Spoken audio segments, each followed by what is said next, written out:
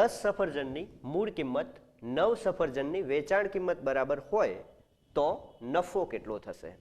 એટલે કે નફો અને ખોટ પ્રકરણ ઉપરથી આપણને આ પ્રશ્ન પૂછ્યો છે. હવે આપણે એક શોર્ટકટ લેવાની છે. એમાં મૂળ કિંમતવાળા ભાગને આપણે એક્સ તરીકે ધારીશું. એટલે કે જે પણ મૂળ કિંમતવાળો ભાગ છે એને આપણે એક્સ કહીશું અને જે પણ વેચાણ કિંમતવાળો ભાગ આપણને દર્શાવ્યો છે એને આપણે વાય કહીશું. એટલે એક્સ આપણા માટે 10 થશે અને વાય વેચાણ કિંમતવાળો ભાગ 9 થશે. અને હવે એક સીધી શોર્ટકટ તરીકે ફોર્મ્યુલા મૂકવાની.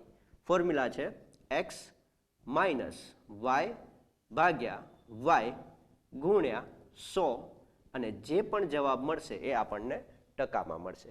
એટલે કે આપણને પૂછ્યું છે કે નફો કેટલો થશે એટલે કે કેટલા ટકા થશે એ આપણને અહીંથી સીધું મળશે.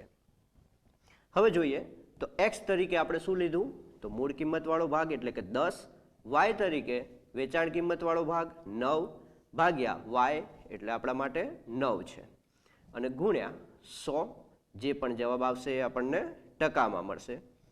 1 ભાગ્યા 9 ગુણ્યા 100 બરાબર.